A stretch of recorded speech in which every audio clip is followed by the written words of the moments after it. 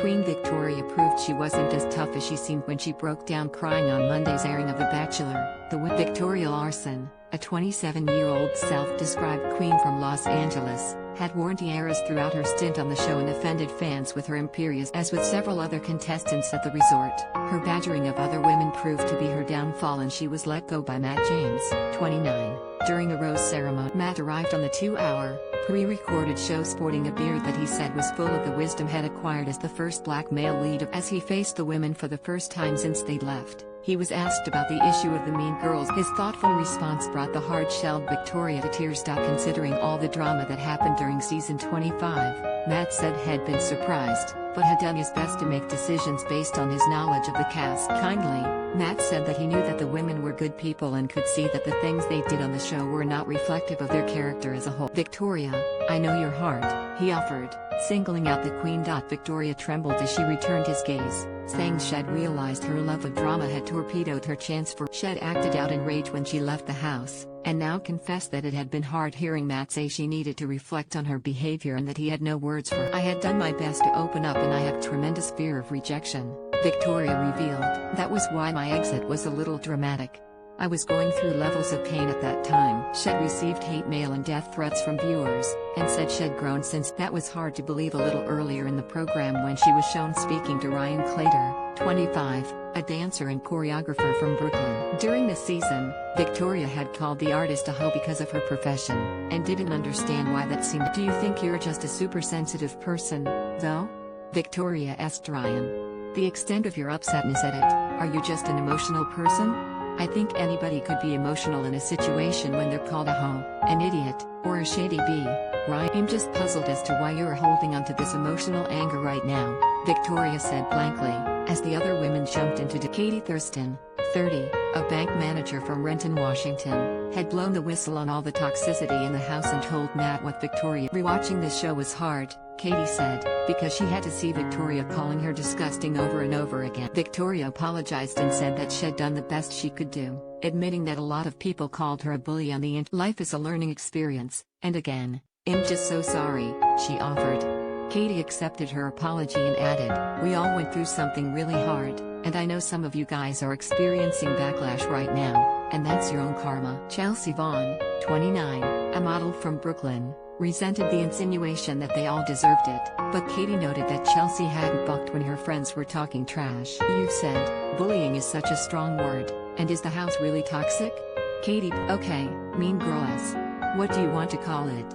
The house was not toxic until you made it toxic by bringing the situation up to Matt and then causing the domino effect that led to every single drama in the house, Chelsea. Matt, however, told Katie, in the face of adversity, you were courageous, and I appreciate you. Brittany Galvin, 23, also took a seat to address what show host Chris Harrison, 49, called one of the craziest rumors that I have heard in 20 years as he brought up the false claim that she was an S. The model from Chicago said the rumor devastated her and made her not want to contact family or friends for weeks after she. Brittany was horrified by the Google results now connected with her name. I didn't sign up to get bullied, she said. I came here to find my person, and this is forever going to have to be an association. Rumor spreader Anna Redman, 24, a copywriter from Chicago who said she'd heard from Brittany's associates, admitted she knew her behavior was after watching the aftermath. I am 100 times more sorry, Anna apologized. I can't even imagine what it's like to be you, and it just sucks that I did that. It was just this ball that kept rolling, and everything I did in the situation was. Brittany hoped her apology was genuine, saying that she'd heard Anna was making fun of her even after she left, and had never reached out to her, and had blamed her behavior on her own anger issues and insecurities, calling it, I don't want people to destroy your life as well, Brittany said, forgiving. That's not my intention at all. There's just been times in my life where I have said or done stuff that's hurtful towards the people around me, and I wish I could take. I do sympathize. The show also recapped the season's fight between Yesenia Cruz, 28, a social media marketer from San Antonio, Texas, and MJ, 23, a hairstylist from Hut. During the season, Yesenia branded MJ a mean girl for repeatedly denigrating female newcomers to the show, and MJ got booted by Matt for it. On the episode, MJ said she'd only wanted to lift people up, but conceded, I do have a strong personality, and that should not be misconstrued. In a series of one-on-one conversations, show host Chris spoke to the women who'd grown closest to Matt before leaving. Katie said she'd been deeply upset by his rejection, as she thought had be meeting her family. It made her wonder if there was anyone out there. Abigail Herringer, 25, a client financial manager from Beaverton, Oregon, had gotten Mott's first impression rose, but their relationship never grew, and she still wondered, what if?